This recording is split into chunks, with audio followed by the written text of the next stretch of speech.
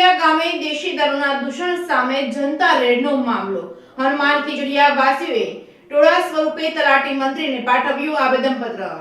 વડિયાના હનુમાન ખીજડીયા ગામે દેશી દારૂના દૂષણ સામે જનતા રેડનો મામલો. હનુમાન ખીજડીયા વાસીઓએ ટોળા સ્વરૂપે તલાટી મંત્રીને પાઠવ્યું હતું આવેદનપત્ર. દારૂનું દૂષણ સાથે માંસ મટન અને ગુંડાગીરી સામે આવેદનપત્ર આપ્યું હતું. હનુમાન ખીજડીયા ગામને રામ રાજ્ય સ્થાપવા સ્થાનિકો દ્વારા રાત્રિના દારૂના અડ્ડા પર કરાઈ હતી જનતા રેડ. દેશી દારૂ માંસ મદિરા સામે ગ્રામ્ય ગામડાઓમાં આવી જાગૃતિ પોલીસ તંત્રનું કામ હનુમાન ખીજડીયા વાસીઓએ કરી બતાવ્યું હતું. તલાટી મંત્રીને આવેદનપત્ર પાઠવી સરકાર દ્વારા ઘટતું કરવાની સ્થાનિકોની માંગ ઉઠી છે. Reporting by Raju Kariya, Vadia.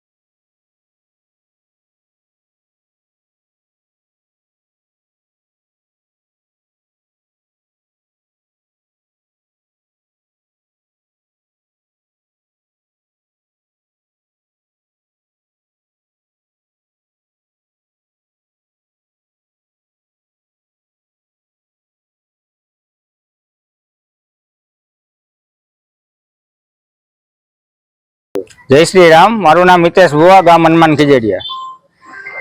ગત તારીખ 22/1/2024 ના રોજ રામ મંદિરની મૂર્તિ પ્રતિષ્ઠા મહોત્સવ ઉજવાયો. આ પ્રસંગે હનુમાન ખીજડીયાના તમામ 18 વર્ષના લોકો ભેગા થઈને સમસ્ત ગામે એવું નક્કી કરેલ કે આપણા ગામને વ્યસન મુક્ત કરવા માટે શું કરીએ. તો તેના અનુસંધાનમાં ખીજડીયામાં જે દારૂ અને માંસ મટનનો વેપાર ચાલતો હતો તેના ઉપર તદ્દન પ્રતિબંધ લગાવો અને તેના અનુસંધાનમાં આજે અમે તલાટી મંત્રી અને શ્રી સરપંચશ્રીને આવેદનપત્ર દેવા માટે અહીં બધા એકત્ર થયા છીએ. સત્યમભાઈ, શું રેડ બાબતે શું કહેશો? 20 તારીખે અમારું ગામ સ્વયંભૂ ભેગું થયું અને નક્કી કર્યું કે અમારા ગામની અંદર દેશી દારૂનું ચલણ ઘણું વધી ગયું છે, તેમજ માંસ મટનનું પણ ગામની અંદર ઘણું બધું દૂષણ છે. જેથી કરી અમારા ગામની અંદર એવું નક્કી કરવામાં આવ્યું કે ભાઈ આપણે છે કે આગળ જતા આપણી નસલ ખરાબ ન થાય, આપણા બાળકોને આની લત ન લાગે, એના કારણેથી ગામ આખું ભેગું થયું. અને જે આ દારૂના નાના ધંધા કરે છે તે માણસોને ડરાવે છે, નાના માણસોને ડરાવે છે, ખેડૂતોને ડરાવે છે, એની વાડિયા જઈને ધમકીઓ મારે છે કે ભાઈ આમ કરશું તેમ કરશું, બરાબર. એના માટે બધા ખેડૂતો એકત્રિત થયા, સ્વયંભૂ એકત્રિત થયા છે. કોઈએ કોઈની આગેવાની લીધા વગર એકત્રિત થયા કે આને આપણે કરવું પડે. નાનું એવું ગામ છે, ગોકુળિયું ગામ અમારું હતું, અને એની બદલાનું આવી હાલત થવા માંડી છે. એટલે બધા ભેગા થયા અને બધાને ચિંતા થઈ કે આપણે આ રીતે કંઈક કરી અને આનું પર્દાફાશ કરવો જોઈએ. એટલે પહેલા દિવસે જ અમે જઈ અને જોયું અલગ અલગ જગ્યા ઉપર કે જ્યાં દારૂ વેચાતો હતો, જ્યાં દારૂનું આ અડા હાલતા હતા, ત્યાં જઈને જોયું તો ત્યાં અમને એક જગ્યાએ અવાવરું ઘર હતું, એની અંદરથી અમને 20 લીટર દારૂનું એક કેન મળ્યું હતું, ગરમે ગરમ દારૂ હતો. પછી બીજો પોટલિયું ભરેલી હતી, 5 લીટર જેટલી હતી, એટલે 25 લીટર જેટલો દારૂ હતો.